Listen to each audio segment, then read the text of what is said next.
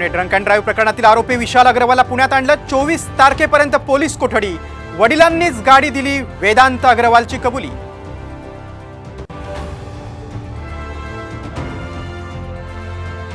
पुण्यातील कोझी आणि ब्लॅक पबवर राज्य उत्पादन शुल्क विभागाची कारवाई। दोन्ही पबचे परवाने निलंबित। मंत्री शंभूराज देसाईंची माहिती।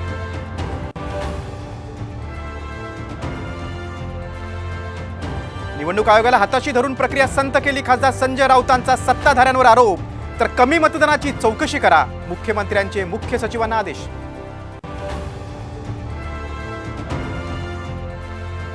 पराभवाच्या भीतीने उद्धव ठाकरे 4 जून पूर्वीच लंडनला पळून जाणार। आमदार नितेश राणेंचा आरोप।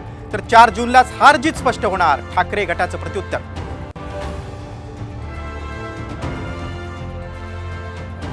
अजित पवार गटाचे कार्यकर्ते 100% सक्रिय नव्हते। मावळचे उमेदवार श्रीरंग बारणे यांची खतखत।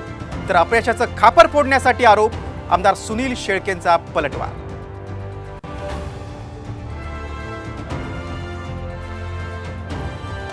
आणि 12वीच्या परीक्षेत यंदाही मुलींचीच बाजी। राज्याचा निकाल 93.37%। संभाजीनगरच्या तनिषा बोरमणीकरला 100% गुण।